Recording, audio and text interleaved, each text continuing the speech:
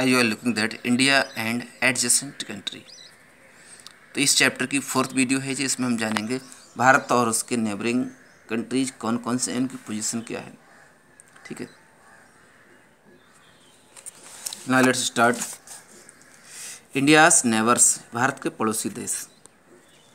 India occupies an important strategic position in south Asia. Bharat south Asia में बहुत ही important और एक स्ट्रेटेजिक पोजीशन ऑक्यूपाई किए हुए है। India has 28 states and 9 union territories.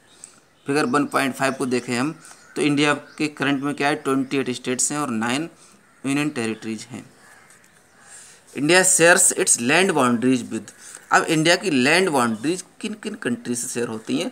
Pakistan, Afghanistan north west में है ये, चाइना, तिब्बत, नेपाल और भूटान नॉर्थ में है, and Myanmar and Bangladesh east यानी पूरब में।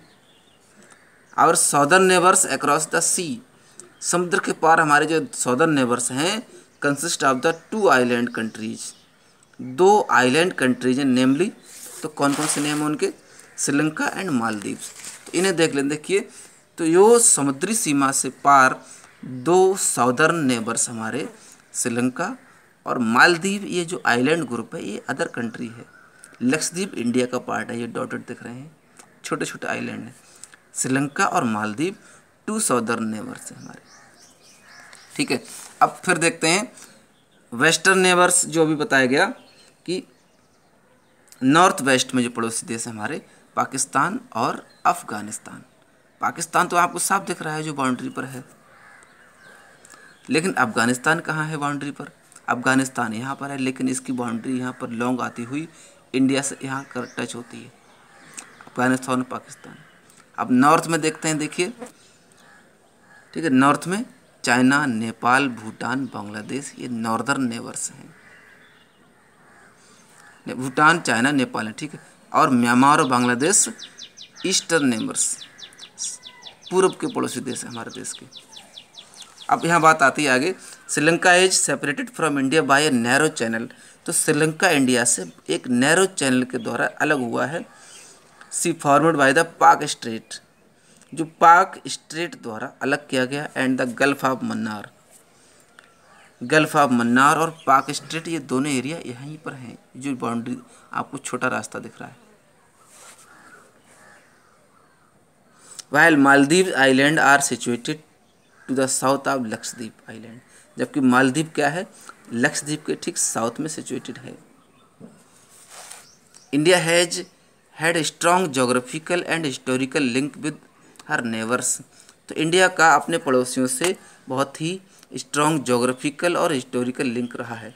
Look at the physical map of Asia in your Atlas, अपने एटलस में फिजिकल मैप को आप देखें, and note how India stand apart from the rest of Asia. किस तरह भारत रेस्ट ऑफ एशिया से अलग दिखता है, बिल्कुल ही, यानी पूरे एशिया में सबसे अलग कंट्री दिखता है। इसकी पोजीशन एक केंद्रीय पोजीशन है। आगे कुछ फैक्ट को और देखेंगे हम।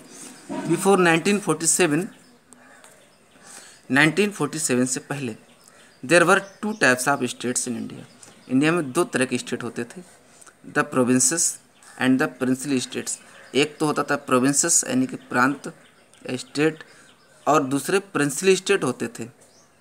Provinces were ruled directly by British officials. तो प्रोविंसेस ऐसे स्टेट होते थे जो सीधे ब्रिटिश ऑफिसर्स के द्वारा रूल किए जाते थे, यानी सीधे अंग्रेजी शासन था।